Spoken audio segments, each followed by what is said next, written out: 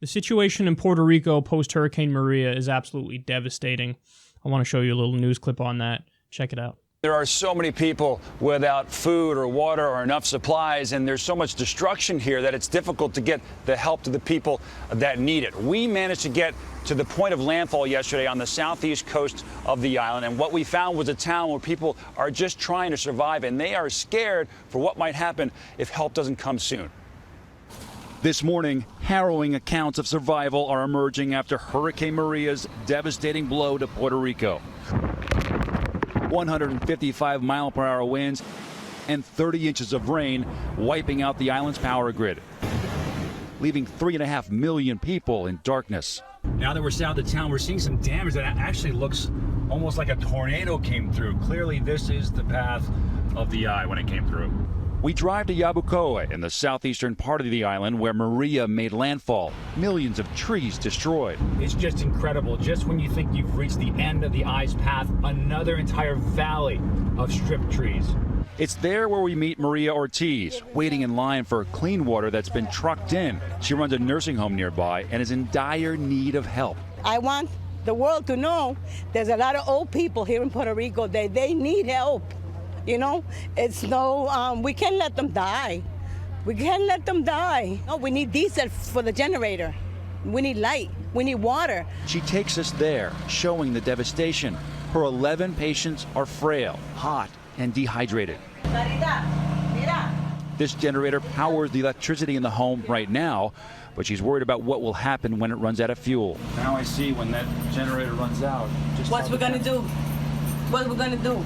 And as Maria cares for the most vulnerable victims of this hurricane, we remember what happened to the most vulnerable at that nursing home in Florida after Hurricane Irma. Maria sends her daughter in Florida a message of love. I love you, Janixa.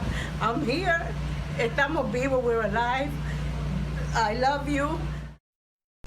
And we know many of our viewers have loved ones down here that they're worried about and can't contact them. Just know that the phones are terrible. Just because you can't reach a loved one here doesn't mean that something horrible has happened. Just be patient with that. As for Maria's situation, we contacted the governor's office to tell them the details of where she is and what she needs, and they are promising to send help. We are going to follow up with Maria later on today. Wow. That's crazy. I mean, this is what happened in Florida directly after Irma hit. There was a senior citizens center that didn't evacuate people in time, and people died there. People died there. I mean, when you don't have air conditioning in conditions like that, and you don't have, you know, basic needs, food, water, and everything,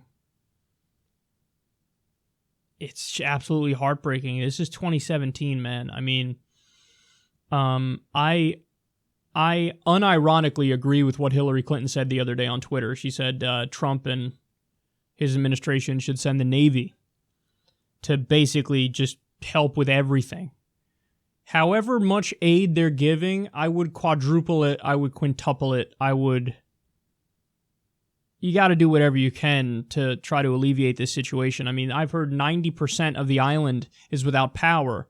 And to get the island fully functioning again and the power grid fully functioning again and get all the electricity back, it's going to take years.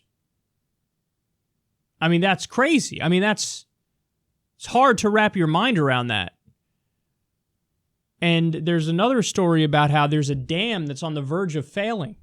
And the dam, if the dam fails, there's like 70,000 people in its path. And since all the phone lines are down, it's hard to get the word out. It's hard to communicate with people effectively. You know, there's a one spotty AM radio station that cuts in and out that people are getting. And so many people probably don't know in the path of the dam what's happening and that they need to evacuate. And there's stories of some people evacuating and then going back because they don't know because they have nowhere to go and they don't know if they need to evacuate or not. So this is just a terrible situation across the board.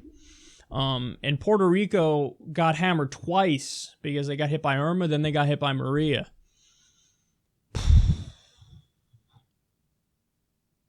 Natural disasters and Mother Nature, she's a cold bitch, but we have to do everything we can in the wake of these natural disasters to help out, especially because Puerto Rico is a U.S. territory, and this is a situation where it's life or death.